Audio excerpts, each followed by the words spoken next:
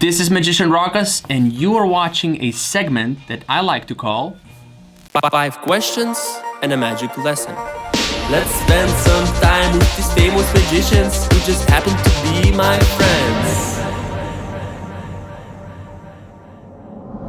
Every week I have very special guests on this segment, and today is no exception because I have Xavier Mortimer. You have seen him on Facebook, on Instagram, TikTok or YouTube. Maybe you even had a chance to catch him on his live show in Las Vegas. He's unique, he's original, his magic is outstanding, and I'm very happy that I have him on this week's video.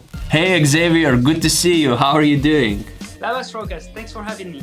Thanks for finding time to do this with me. I really appreciate that. I know that you have heard this question thousands and thousands of times, but I just want to know where it all began. So my question is, what was the first magic trick that you have ever learned? My very first trick was from a book. I got this book, it was almost no images, and I started to play with cards, and it said to have a card in your hand like this, and when you turn your hand, you have it in the back, so people don't see it. It's named the back and front. It's an old magician technique, very, very difficult to do, and I had to train so many hours, and I thought that magic was so difficult because it was only my first trick, and there's of course many more tricks that are more easy to do, but this one took me hours of practice, and when I could make a card out of thin air, and that was amazing. When did you realize that you will be successful in magic? When you just started, or it was somewhere in your path, in your career? I always loved magic. I always wanted to perform magic, but I never wanted it to be my job. I studied how to be working in environment, and I was a mountain guide. But magic took me. I started to work for circus companies, and I went on the road, and I thought it was fun. And at first, I really thought I would do it for just a couple years, and then I would have a regular job. But then I kept going, and then Cirque du Soleil, and then Las Vegas, and then videos online, and I'm still in this moment where I'm like, I stop whenever I want, but I know I will never stop. And what I have achieved is very difficult to see because I am inside and I cannot see the impact that I have on other people. So, well, I hope I'm having an impact on people, and I hope I inspire people with my magic. That's the most important. Okay, man, I have to be honest. You are one of the most creative magicians that I know. You're just very, very unique, and I really have to ask this for myself and for people who are watching. Where do you find those ideas? What is your inspiration? What is your creative process? How do you think about magic? Does it come to you like this, or you take a piece of paper and you write down ideas? Maybe you read books. I don't know. I just want to know all of that. I find inspiration in many places, which is life itself. Sometimes I just sit down on a cafe and I'm just daydreaming and say, oh, what if I was a real magician? What would I do in this situation? What would make me feel that I'm a magician? Is it snapping my finger and the cup comes? Is it playing with my shadow, flying? I like pure images, like very visual magic. So some things like Harry Potter, Peter Pan, movies, paintings, photos, they always inspire me to do something that is impossible. This is the impossible that I'm looking for.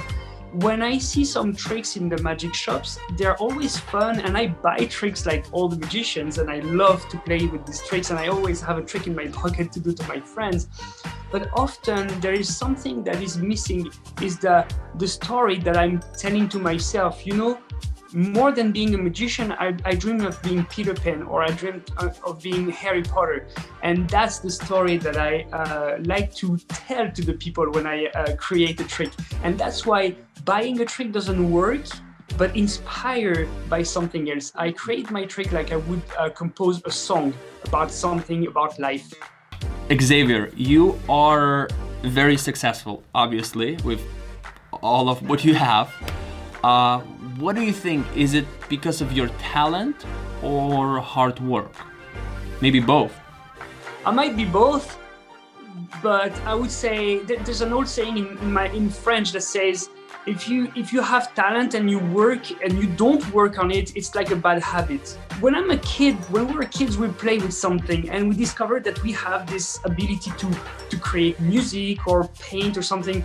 But this talent, we decide to either put it under the blanket and just don't work on it and live our life, or we decide to dig it up and work to make it become something. And I have taken something that I had, and I think a lot of us have that inside of us, and I developed it to where I could produce and create my dreams. Many people watching this know you from viral TikTok, Facebook, Instagram videos. And our generation, everybody wants to be not TV famous, but internet famous. And obviously you're very good at that. You know, you do those viral videos one after another. And young people, they want to know what is the secret, you know, how to do that. So what would you say, is there anything that you can share that might help our young viewers to achieve that? So the first thing is to be yourself. If you try to copy someone else, this person is already ahead of you because this person had the idea before and they are more advanced. So I think you have to find what is defining you. You just sit down and say, what is my dream? Who am I and what do I want? Maybe there's nothing that you want to show. Maybe there's something that maybe it's like playing with bananas or jumping through a fence. But you have to find something that you only have, that no one has, and you will find it. I'm a magician. I learned music and juggling, and I'm very passionate about storytelling. So the combination of these things, and I had this dream, and I remember I was telling about my ideas to a TV producer that said, I wanted to be Harry Potter in real life. And I said to him, I would go to the cafe and I would do those things. And he was like, yeah, but that wouldn't work, on TV.